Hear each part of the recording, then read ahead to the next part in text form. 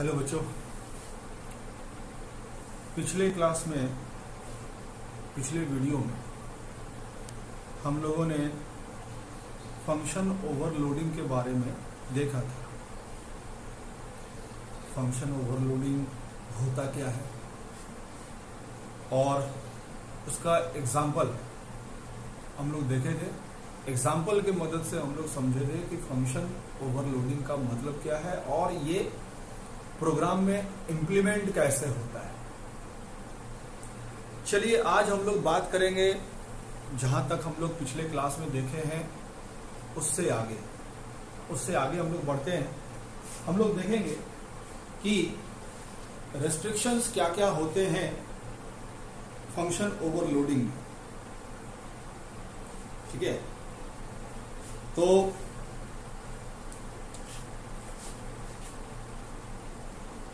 हम लोग बात करें रेस्ट्रिक्शंस ऑन फंक्शन ओवरलोडिंग। मतलब शर्त क्या होगा फंक्शन ओवरलोडिंग को इंप्लीमेंट करने के लिए, क्या क्या कंडीशंस को हम लोगों को ध्यान में रखना है। ठीक है, और किन बातों का ख्याल रखना है ताकि हम लोग फंक्शन ओवरलोडिंग को इंप्लीमेंट कर सकें। तो चलिए, सबसे पहला जो कंडीशन होता है कि फंक्शन ओवरलोडिंग में पैरामीटर लिस्ट हमारा अलग अलग होना ही चाहिए। किसी भी दो फंक्शन नेम में सेम पैरामीटर लिस्ट नहीं होगा। मतलब कहने का कि दो फंक्शन यदि हम एक ही नाम से बनाए हैं तो दोनों में जो आर्ग्यूमेंट्स हम लोग दे रहे हैं, पास कर रहे हैं, उन दोनों के आर्ग्यूमेंट्स में कुछ न कुछ अंतर हमको रखना ही पड़ेगा। दोनों का आर्ग्यूमेंट एकदम एग्जैक्टली मैच नहीं करना चाहिए। तो पहला रेस्ट्रिक्शन ये होगा, पहला शर्त ये होगा कि argument list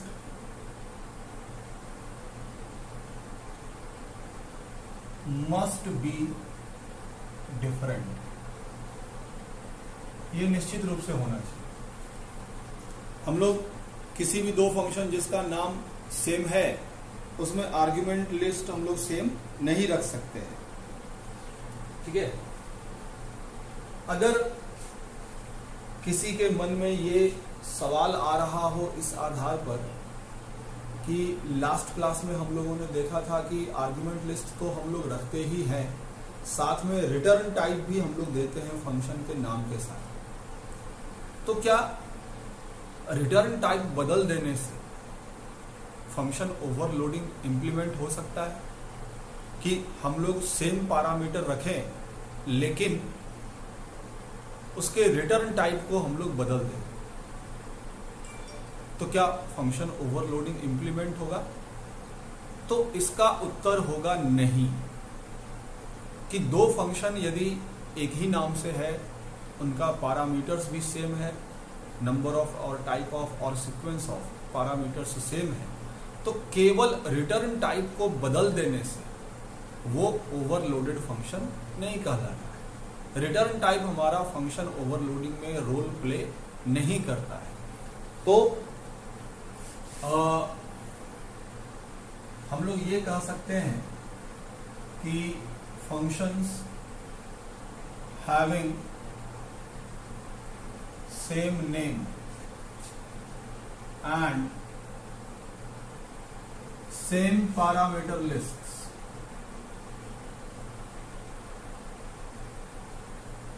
cannot be overloaded solely, मतलब अकेले, on the basis of its return type।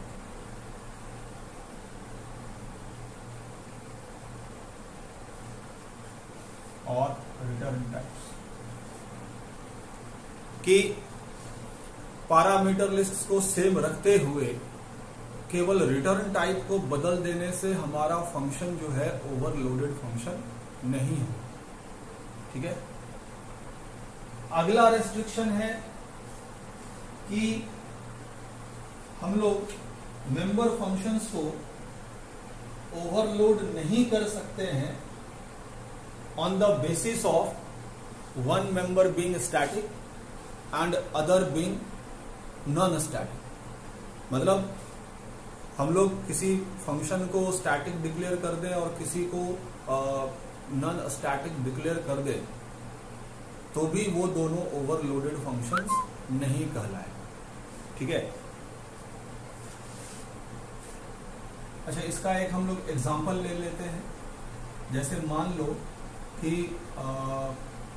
अगर हम लोग कहते हैं कि एक एरिया का फंक्शन हम लोग बनाए जिसका इंटीजर टाइप ले लेते हैं, रुक जा,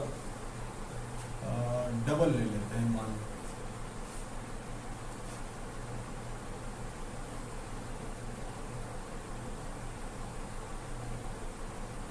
एक ये लें और एक को हम डबल कर दें एरिया, आर्ग्यूमेंट दोनों डबल टाइप का उसको पास कराएं।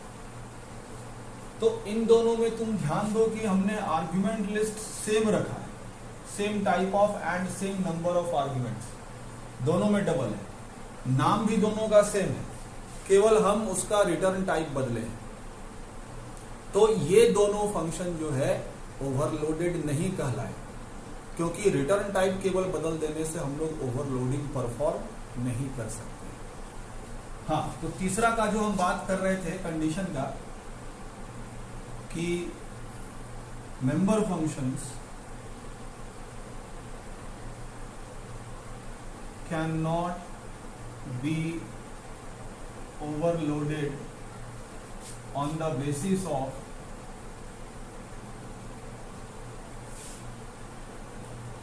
one being static and other being non-static। मतलब आप ऐसे फंक्शंस को ओवरलोडेड फंक्शंस नहीं कहोगे जिसमें एक को स्टैटिक और दूसरे को नॉन स्टैटिक मेंबर फंक्शंस के रूप में डिक्लेयर किया गया है, वो दोनों ओवरलोडेड फंक्शंस नहीं कहलाएगा। तो वो दोनों का डिक्लेरेशन अगर स्टैटिक और नॉन स्टैटिक रखें तो उससे हम लोग ओवरलोडिंग परफॉर्म नहीं कर सकते। नेक्स्ट है टाइप डिफ। इसके बारे में तुम लोग 11th में पढ़े होंगे कि टाइप डिफ डिक्लेरेशंस जो है, type diff declaration do not define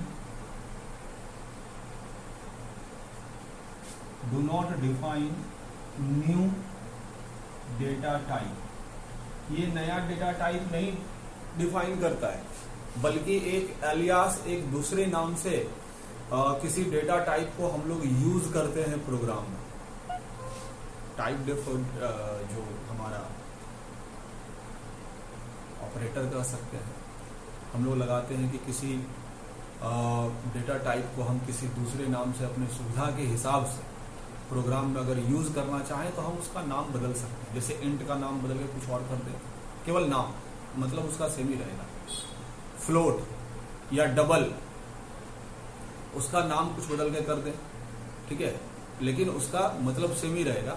तो वो कोई नया डेटा टाइप डिक्लेयर नहीं करता है ना, वो केवल उसके नाम को बदल देता है, एलियास बना देता है। तो नया डेटा टाइप ये नहीं बनाता है and hence they do not affect overloading. ये ओवरलोडिंग में कोई रोल प्ले नहीं करता है। ठीक है। तो ये सब कुछ शर्तें हैं, ये सब कुछ बातें हैं जो हम लोगों को ध्यान में रखना पड़ता है फंक्शन को ओवरलोड करने के लिए, ठीक है, कि किस तरह के फंक्शंस को हम लोग ओवरलोड कर सकते हैं, कैसे कर सकते हैं, ठीक है। ये सब तुमको पीडीएफ में नोट्स में अवेलेबल है, तुम देख लो। अब हम लोग आगे बढ़ते हैं कि फंक्शन ओवरलोडिंग और कुछ केसेस ऑफ एम्बिग्यूटी।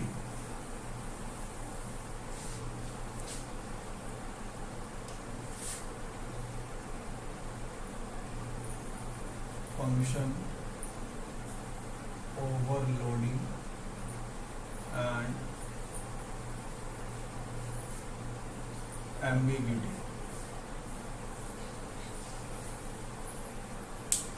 एम्बिग्यूटी कहने का मतलब हो गया अस्पष्ट, क्लियर न।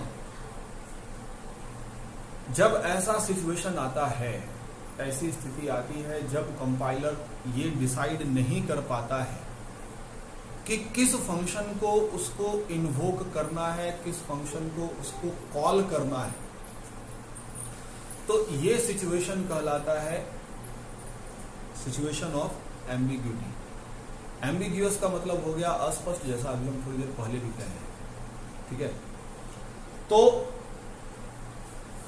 हम लोग यहां पर बात करेंगे ऐसा क्या क्या स्थिति होगा, क्या क्या सिचुएशन होगा जब केसेस ऑफ एम्बिग्यूटी अराइज होगा, जब कंपाइलर ये नहीं जान पाएगा या नहीं डिसाइड कर पाएगा कि उसको कौन सा फंक्शन इन्वोक करना है, कौन सा फंक्शन कॉल करना है। उनके कारणों के बारे में हम लोग देखेंगे। तो कॉजेज ऑफ एम्बिग्यूटी क्या क्या है, कारण क्या है, क्यों ये अराइज होगा। तो देखो 3 कारण होगा एम्बिग्यूटी के केस के लिए, 3 कारण रेस्पॉन्सिबल है। क्या क्या? तो पहला है टाइप कन्वर्सन।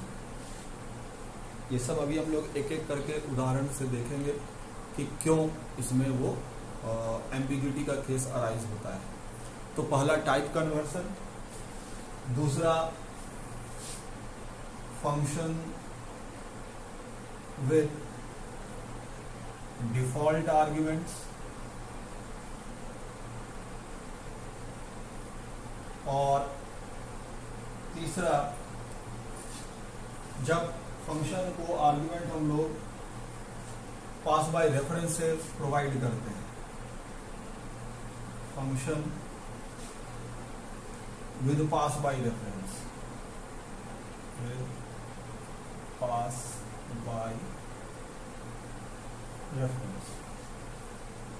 ये 3 कारण हैं केसेस ऑफ एम्बिग्यूटी के लिए जो अराइज होता है। तो चलो पहले हम लोग बात करेंगे टाइप कन्वर्सन के बारे में।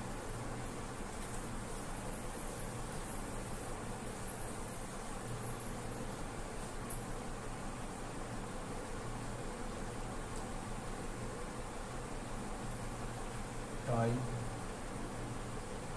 Conversion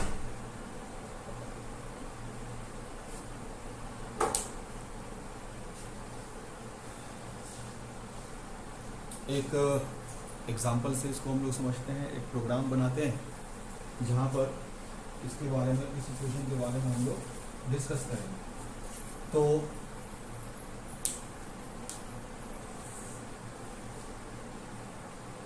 hash include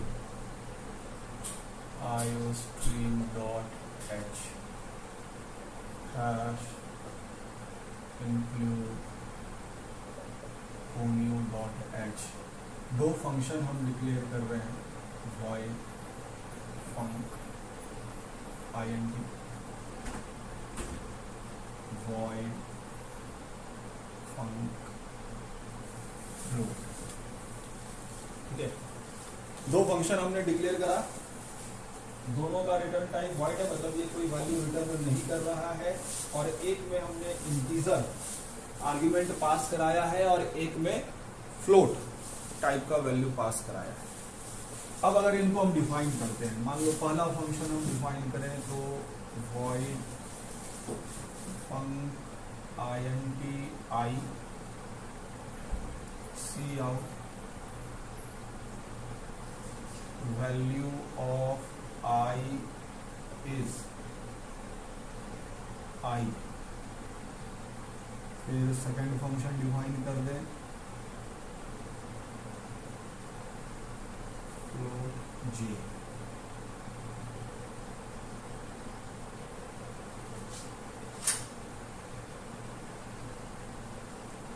value of J is J। ये दोनों फंक्शन हम लोग डिफाइन कर चुके हैं। अब आते हैं एक फंक्शन बनाएंगे मेन, जिनमें हम ये दोनों फंक्शन को कॉल करेंगे, इन्वोक करेंगे। तो void main,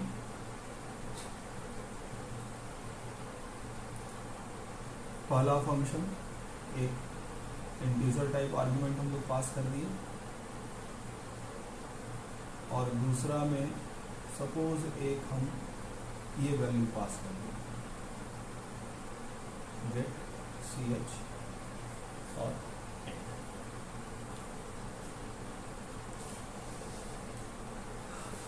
अब अगर ये प्रोग्राम है, हमारे अनुमान के मुताबिक ये प्रोग्राम रन कैसे करेगा, अगर हम लोग अनुमान लगाएं इसके आउटपुट के बारे में, तो ये प्रोग्राम रन कैसे करेगा। देखो बात ऐसा है कि हम लोग यहाँ पर पहला स्टेटमेंट जो है उसमें हम लोग एक इंटीजर टाइप आर्गुमेंट पास कराएं, इसमें एक इंटीजर टाइप आर्गुमेंट पास कराएं। तो जैसे ही ये फंक्शन, ये स्टेटमेंट जब इवेलुएट होगा, ये फंक्शन को कॉल करेगा, पहले मैच कराएगा वो कि इस जो कॉल स्टेटमेंट है वो कौन से फंक्शन डिक्लेरेशन के साथ मैच कर रहा है। तो ये तो क्लियर है कि भाई हम इंटीजर टाइप आर्गुमेंट पास कर रहे हैं तो वो इससे मैच कर रहा है, तो ये इसको कॉल करेगा। इसका डेफिनेशन है यहाँ पर, इसको कॉल करेगा वैल्यू ऑफ I इज 12। ये ठीक है, यहाँ कोई प्रॉब्लम नहीं। प्रॉब्लम आपको यहां आता है क्योंकि C++ क्या करता है कि जो वैल्यू रहता है फ्लोटिंग पॉइंट टाइप का, उसको वो कन्वर्ट कर देता है डबल में। मतलब ये जो हमने 1.5 दिया है, इसको हम लोग तो समझ रहे हैं कि हाँ फ्लोट है, तो ये इसको कॉल करना चाहिए इस फंक्शन को। यानी तुम्हारे हिसाब से, या हम लोग अगर अनुमान लगाएं इसके आउटपुट का, तो ये कहा जाएगा कि ये प्रोग्राम सही है, क्योंकि इसका आउटपुट आएगा value of I is 12 and value of J is 1.5। लेकिन ऐसा है नहीं। प्रॉब्लम यहां पर क्या हो रहा है कि जब यहां पर ये 1.5 आर्ग्यूमेंट हम पास किए, तो C++ जो है उसको कन्वर्ट कर देगा डबल डेटा टाइप में, डबल में, और उसको डबल के लिए कोई डिक्लेरेशन नहीं मिल रहा है। मतलब पैरामीटर लिस्ट के रूप, डेटा टाइप के रूप में डबल दोनों डेफिनेशन में कहीं नहीं है। मतलब कहने का कि इसके लिए कोई मैच नहीं मिलेगा, no match found for this function call. क्यों इसके लिए कोई मैच क्यों नहीं मिल रहा है? इसलिए नहीं मिल रहा है क्योंकि ये 1.5 को एज्यूम करेगा कि ये डबल डेटा टाइप वाला वैल्यू है, और डबल हमारे पैरामीटर लिस्ट में कहीं है नहीं। तो इसके चलते प्रोग्राम में हमारा एरर जनरेट होगा, मतलब कंपाइल करोगे तो वो एरर शो करेगा। ठीक है, तो ये एक पहला हो गया case of ambiguity type conversion का, जो कि ऑटोमेटिक होता है, इसमें हमारा कोई रोल नहीं है। ठीक है, तो इसमें क्या हो रहा है, फिर से हम एक बार रिपीट कर दे रहे हैं कि C++ क्योंकि रियल वैल्यूज को वो डबल में कन्वर्ट कर देता है, तो इस फंक्शन के लिए कोई भी उसको मैच नहीं मिलेगा, और इस कारण से एरर आएगा। फिर से एक बार तुम समझ लो कि इंटीजर वाले में कोई प्रॉब्लम नहीं है, वो ठीक है। प्रॉब्लम इसके लिए हो रहा है कि यहां पर वो डबल ढूंढेगा और डबल उसको है नहीं। तो प्रोग्राम, इसका सॉल्यूशन ये है कि हम लोग यहां पर ये कह सकते हैं कि प्रोग्राम विल रन प्रॉपरली,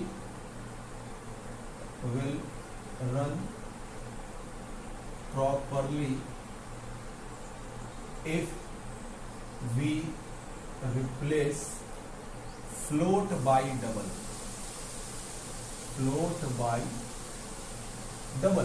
अगर हम फ्लोट को डबल से रिप्लेस कर दें, ठीक है, तो फिर ये प्रोग्राम सही हो जाएगा। तब तुम्हारा आउटपुट आ जाएगा जो तुम प्रेडिक्ट कर रहे हो, जो तुम अनुमान लगा रहे हो कि इसका आएगा आउटपुट की value of i is 12 and value of j is 1.5। ये तब जाकर के सही हो जाएगा अगर हम लोग फ्लोट को रिप्लेस कर दें डबल से, ठीक है। तो ये मेरा हो गया पहला केस, केसेस ऑफ एम्बिग्यूटी का।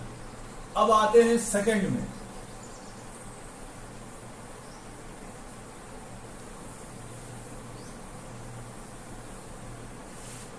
तो सेकंड में हमारा क्या है भाई, functions with default arguments, function with default arguments. तो इसको भी चलिए एक एग्जांपल से हम लोग समझते हैं।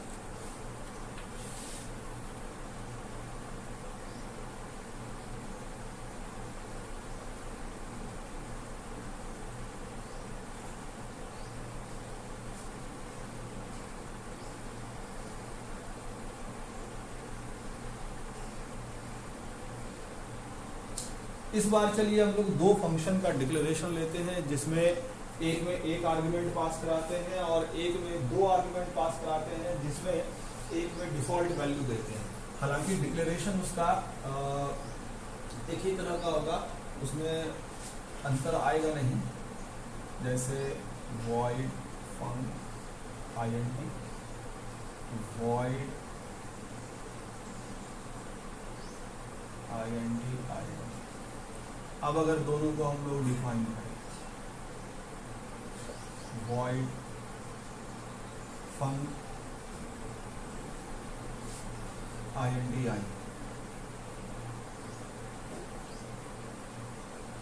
cout value of I is I, तो न्यू लाइन करेक्टर कर दो, और void func int j is equal to मान लो दे दिए ना,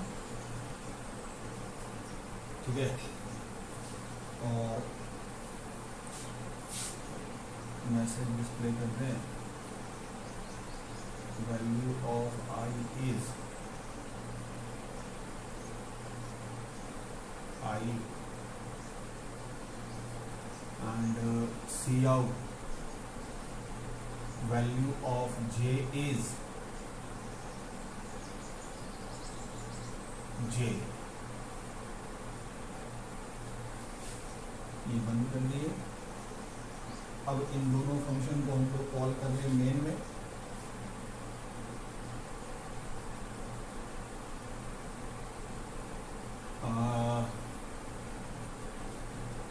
चलो एक फंक्शन हम केवल एक आर्ग्यूमेंट देके कॉल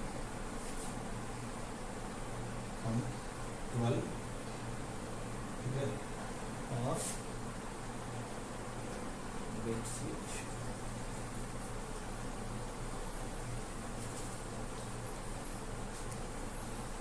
तो अब इस प्रोग्राम में होगा ये जो तुम्हारा है ना, ये एम्बिग्यूअस कॉल है। जैसा तुम लोग 11th में देखे होगे, फंक्शंस जब पढ़े होगे, फंक्शंस विद डिफॉल्ट आर्ग्यूमेंट्स देखे होगे, तुम देखे होगे कि डिफॉल्ट आर्गुमेंट का उपयोग हम लोग कैसे करते हैं कि जब हम लोग फंक्शन कॉल करते हैं और जिस आर्गुमेंट के लिए डिफॉल्ट वैल्यू दिया हुआ रहता है, अगर उसके लिए हम डेटा पास न करें तो डिफॉल्ट वैल्यू यूज होता है, और अगर डेटा पास करें तो जो डेटा हम लोग पास करेंगे वो यूज होगा। तो देखो यहां पर होगा क्या, एक्चुअली इसको ध्यान से समझो। जब भी प्रोग्राम रन कराते हैं सबसे पहले मेन एग्जीक्यूट होता है, और मेन की मदद से बाकी फंक्शंस कॉल होता है अगर एक से ज्यादा फंक्शंस हमारा प्रोग्राम में है तब। तो जब मेन एग्जीक्यूट हुआ, पहला स्टेटमेंट क्या मिला उसको, तो func12। अब ये एम्बिग्यूअस कॉल हम इसलिए कह रहे हैं क्योंकि ये कंपाइलर यहां पर डिसाइड नहीं कर पाएगा कि वो इस फंक्शन को इन्वोक करे या इस फंक्शन को इन्वोक करे, क्योंकि ये फंक्शन तब भी कॉल हो सकता है जब हम एक आर्ग्यूमेंट पास करें, क्योंकि दूसरा पैरामीटर के लिए डिफॉल्ट वैल्यू दिया हुआ है। दूसरे पैरामीटर के लिए डिफॉल्ट वैल्यू जब दिया हुआ है तो इसको कॉल करने के लिए हम दो आर्ग्यूमेंट भी पास करा सकते हैं वैल्यू, और अगर एक भी पास कराएं तो भी ये कॉल हो सकता है क्योंकि सेकंड वाले को डिफॉल्ट वैल्यू दिया हुआ है इसलिए। तो इसीलिए यहां एम्बिग्यूअस कॉल का केस आ गया, क्योंकि जब func12 हम असाइन करें, एक पैरामीटर जब पास कर रहे हैं, तो कंपाइलर ये डिसाइड नहीं कर पाएगा कि ये इस फंक्शन को इन्वोक करेगा या इस फंक्शन को इन्वोक करेगा। तो इस कारण से तुमको जब प्रोग्राम कंपाइल करोगे, रन तो खैर बाद का बात है, प्रोग्राम जब तुम कंपाइल करोगे उसी समय एरर तुमको मिल जाएगा, एरर शो हो जाएगा, है ना, क्योंकि ये स्टैटिक बाइंडिंग वाला चीज है। कंपाइल टाइम एरर ही इसमें जनरेट होता है, कंपाइलेशन के समय में ही तुमको एरर पता चल जाएगा। ठीक है, तो ये हो गया तुम्हारा बात कि डिफॉल्ट आर्ग्यूमेंट्स के केस में एम्बिग्यूअस कॉल फंक्शंस का असाइन हो सकता है, और इस कारण से हमको कंपाइल टाइम एरर जनरेट हो सकता है प्रोग्राम। ठीक है, तो ये हो गया दूसरा केस। अब चलिए हम लोग थर्ड केस में आएंगे, functions with pass by reference.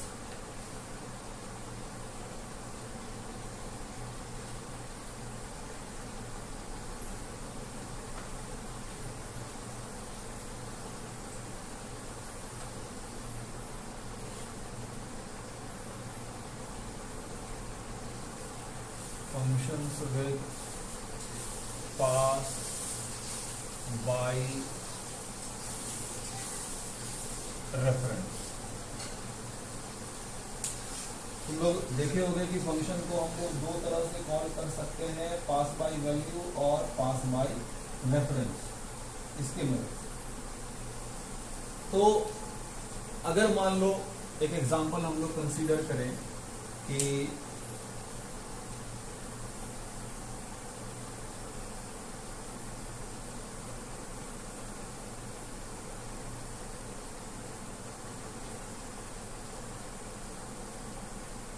ये पास बाय रेफरेंस का फॉर्मेट हो गया डिक्लेरेशन का।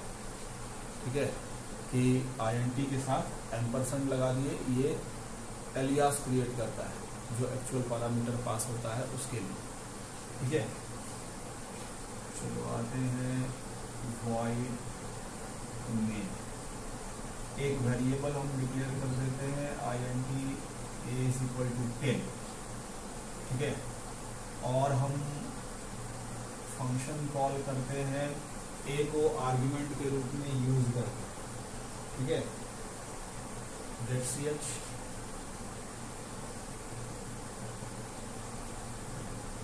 चलो अब फर्स्ट फंक्शन अगर हम डिफाइन करते हैं void func int x cout value of x is x,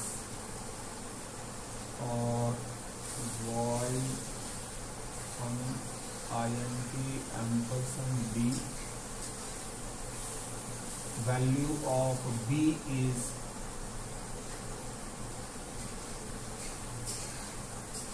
b। ठीक है।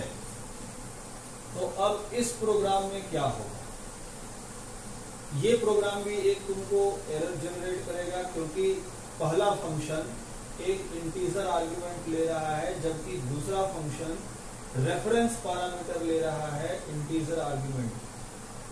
ठीक है, यहां पर तुमको ये दोनों स्टेटमेंट जो है, ये फर्स्ट वाला स्टेटमेंट इंटीजर आर्गुमेंट एक्सेप्ट कर रहा है, सेकंड वाला भी एक पैरामीटर एक्सेप्ट कर रहा है, पैरामीटर क्रिएट कर रहा है, रेफरेंस क्रिएट कर रहा है इंटीजर टाइप आर्गुमेंट। तो अगर हम लोग यहां पर आते हैं पंक्ति, तो ये इस फंक्शन को भी कॉल कर सकता है, इस फंक्शन को भी कॉल कर सकता है, दोनों डिक्लेरेशन सही है इस फंक्शन कॉल के लिए। तो ये केस ऑफ एम्बिग्यूटी हो गया। कंपाइलर ये डिसाइड नहीं कर पाएगा कि अभी इस फंक्शन कॉल स्टेटमेंट के लिए वो किसको कॉल करे, इसको कॉल करे या इसको कॉल करे, क्योंकि दोनों सिंटैक्टिकली सेम है। सिंटैक्टिकली मतलब सिंटैक्स दोनों का सेम है। इस फंक्शन कॉल स्टेटमेंट के लिए दोनों में कोई भी कॉल हो सकता है, दोनों में से कोई भी एग्जीक्यूट हो सकता है। तो ये केस ऑफ एम्बिग्यूटी हो गया। कंपाइलर डिसाइड नहीं कर पा रहा है कि भाई वो किसको कॉल करेगा। ठीक है, तो यहां भी हम लोग कह देंगे कि ये मेरा एम्बिग्यूअस कॉल स्टेटमेंट है। क्यों एम्बिग्यूअस कॉल स्टेटमेंट है भाई? तो क्योंकि